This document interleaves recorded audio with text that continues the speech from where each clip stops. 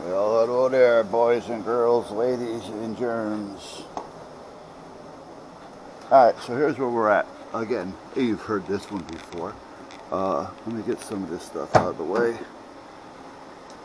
I don't want it to go out with my tools in it. That's like a patient on the operating table being sewed up with a set of whatever in there. Okay, so the top is on. This wire is just an antenna, so we're not concerned about that right now.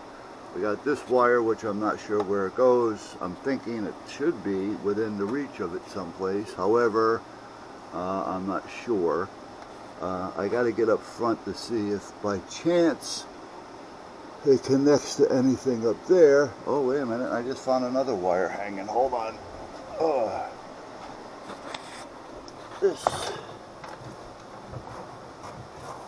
This one you think you got it.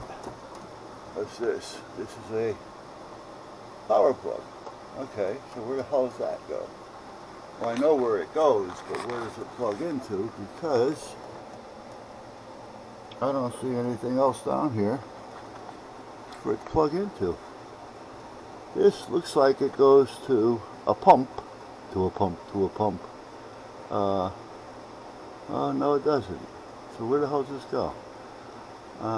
There's nothing in front. I'm gonna have to get the mirror out for the camera that I can stick down and back. It's a power, so it needs, well, I'm assuming it's power because that's what it looks like. I just don't know where the hell it goes. There's the squirter is up there, but that works off of this switch down here. So it's not that. And I don't know. And I was wishing I didn't find any more wires. Let's see. It goes up under here. That's the hose. That's not it. What's this one?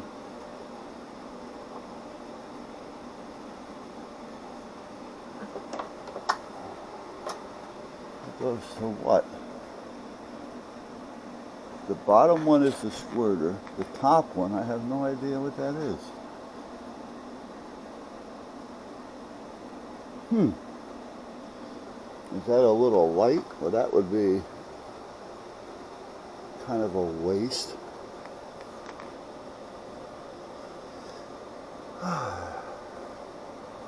No, wait a minute. I just found another plug.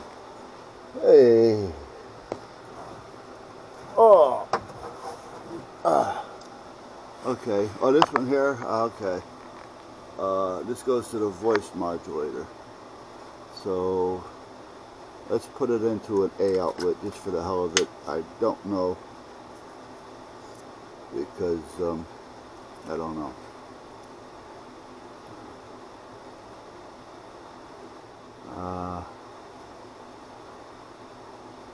Oh, wait a minute now. Let's think about this.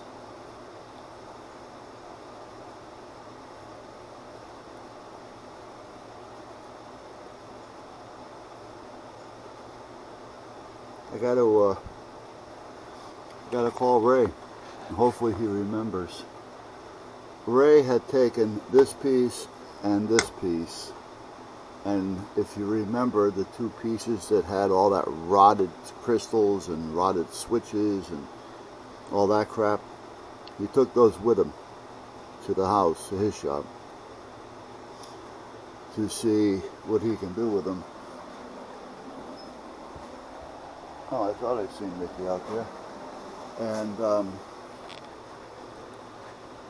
the one that was all rotted, he made the right move, because to fix that one, it would have cost, between the switch and the crystal, wiring and the casing and whatever, which was not going to be a charge, but the switch and the crystal would have been, you were probably going to spend $25 maybe 30 with shipping,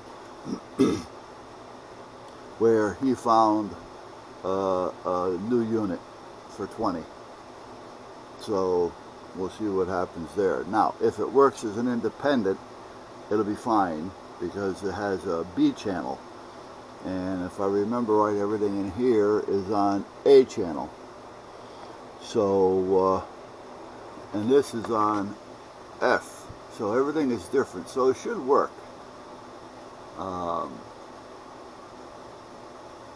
Yeah, okay.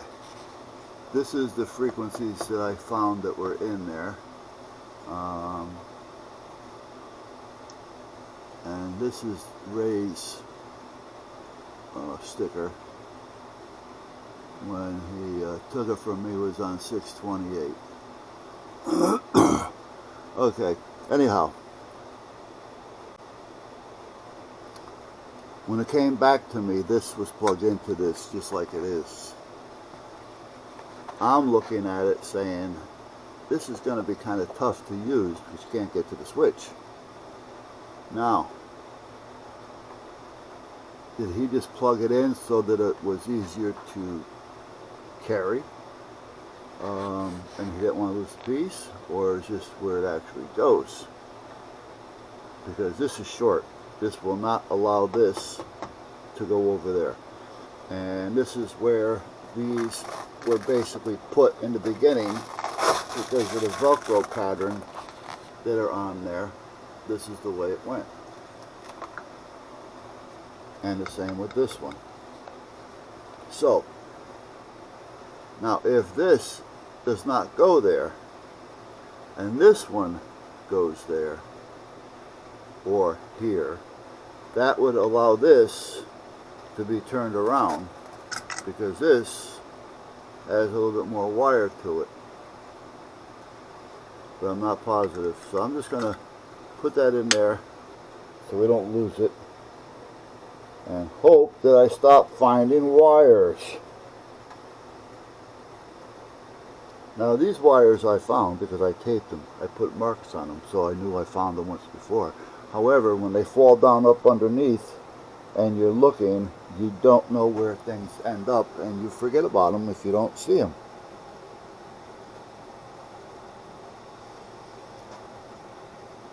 Now what is that piece? That's what's puzzling me. It's the one on the top. What is that? I wonder if the manual has anything on that at all. Oh, here's the new pieces that Ray picked up for 20 bucks versus repairing the old for 25 to 30. So that was definitely a good move. They're on B frequency, B channel. Alright, so here's where we're at. New fuse box is in. I went through this already. I put it out here. Easy to get to, easy to change. And if the fuse blows, there's a light on each fuse, so it'll let you know that the fuse had blown. Go right next to each fuse. I use these a lot. Okay, so that's done. That's in place. That's wired.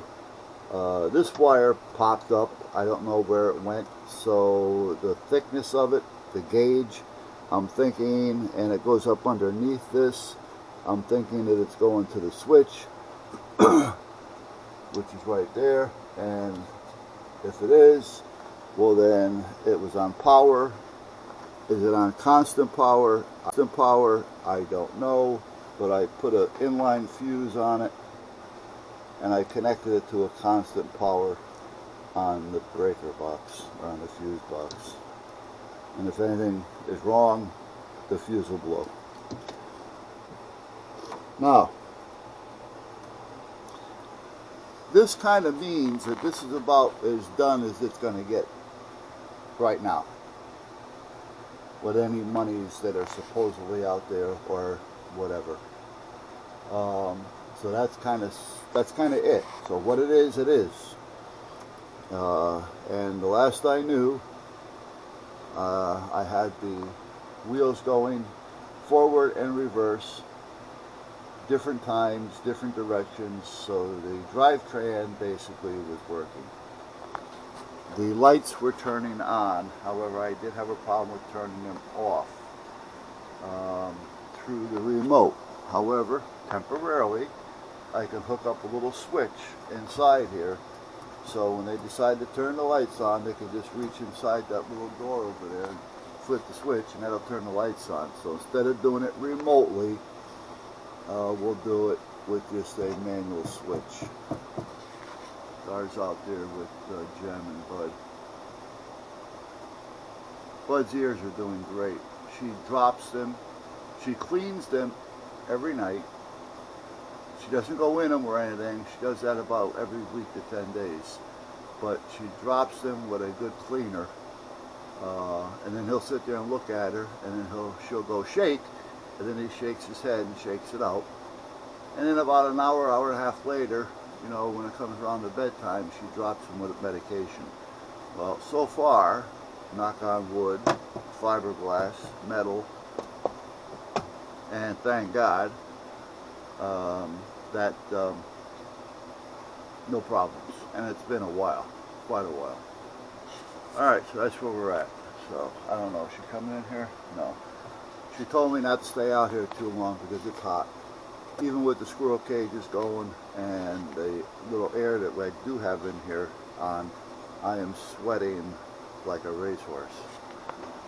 Alright, let me get these out of the way. These don't belong here, so let me move these over here. And I want to try to get the floor done this weekend. Today's Saturday, by the way, the 20-something, 27th maybe. So tomorrow I want to work on the floor. I can finish it off in about 2 hours. So I just want to get it done, get her done. Well, wait a minute, that's just the subfloor. Hello. That's what's taking so long, because that subfloor, like I had mentioned before, I don't want to get off subject here, but the subfloor is like this stuff. It's almost like a horse mat. They weigh almost 100 pounds a piece. They're really hard to handle. Yeah, it's almost like this stuff, right? Alright, anyhow, let's put you here for a minute. No, it's not. Time out. Alright, so I got to start doing something with the bodywork. Now here's what we have, as you can see. We have a mess. We have some chips. Let me get that chip off as well. I'm going to have to go down. I was going to go to Paint World, which was a auto supply paint, and pick up the paint down there and then spray it. You know, I got all the stuff for that. But the thing is, well, hello there, wire. The thing is, it's going to take a lot longer if I spray it, because it's going to take a lot longer just to start taking things off. So I'm thinking about, and it's probably going to happen, I'm going to use foam rollers, because if you look at this, it's already orange peeled. That's just a characteristic from the fiberglass and the paint that they put on it. So if I use a foam roller, it's not going to make it any worse. If anything, it'll make it better. So I'm thinking about just getting a couple quarts of paint, which I have in the cart that I just have to hit the order button. But I'm going to see if I can find it locally. And then, yeah, see, I don't know if you can see the orange peel in that reflection or not. So, but anyhow, I'm going to need maybe two for sure, maybe 3 rolls of blue painter's tape. I'm going to need, well, I have the fiberglass Bondo, because you want some strands in this. I don't want to just Bondo it, because this is fiberglass. So they have a Bondo with a glass mixed in. I'll show it to you. So I got that. And the problem being is, because this is fiberglass, and this paint, I don't know what kind of paint's on there, but just in the fiberglass alone, you don't want this to get all over everything. I have to treat it almost like an asbestos. So I have to figure out how I'm going to enclose this so that I can keep the dust within, and make it easy to just pick up after that. And I don't want to do it in the yard because I don't want it to be getting into the lawn and then the boys be walking around out there and the next thing you know they're licking their feet. So I got to really pay attention as to that and how. I've got a shop vac. I'm going to try it with that first.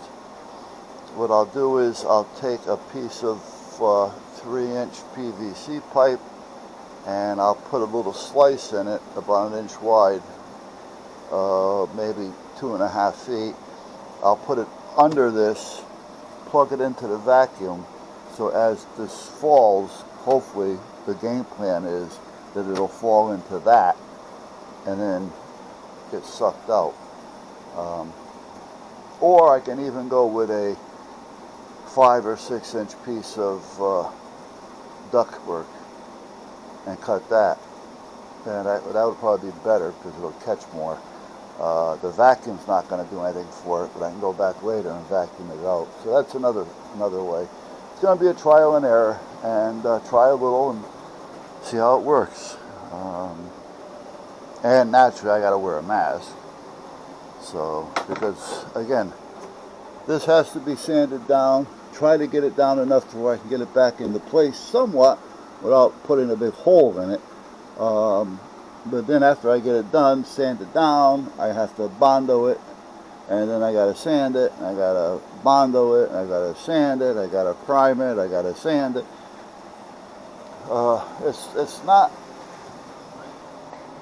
It's not easy. Well, it is, but it isn't. And the same back here. See how that's sticking out? I don't know if you can notice just how bad that is. And this one as well. That's because they were using this as tie downs inside the trailer. And if you make it too tight, you're going to pull them out and crack it, because this is going to jiggle around inside the trailer. And if you make it a little too loose, every time you stop and go, it's going to go backwards and forth, and that's going to do that. So you got to tie it down underneath, where I have these tied down too. Alright, so I think I'm going to, well, you know what, Monday. Yeah, Monday I'll run down to Home Depot and see what they have. They may have a good oil base or a good epoxy. And I know they're going to have the tape. And I know they'll have the foam rollers. So we should be okay. And then I got to get a couple brushes. Because even though I'm going to tape this, I still want to cut it a little bit. Because I don't want to take a chance of rolling it and having something squeak up underneath there. You know, and then the next thing you know, it's dripping. And then I got a mess on my hands. Alright, I really like to find out what the hell this is for. Alright, I'm going to look in the book. And then we're going to come back here and I don't know if I want to try the disc sander, the belt sander. The belt sander will definitely rip it faster, but the belt sander is going to make more of a mess. That we'll see. Alright, now this is a book that I printed out. Let's see if this one's going to be any better. Let's unplug the light for now. Like I said, Darlene says she doesn't want me out here all day.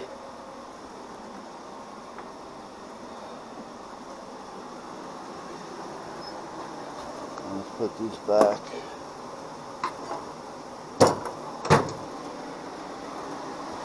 Let me turn this light back off for now. And let's go up here where the coffee is. The coffee. Alright, I'm not putting you guys on charge.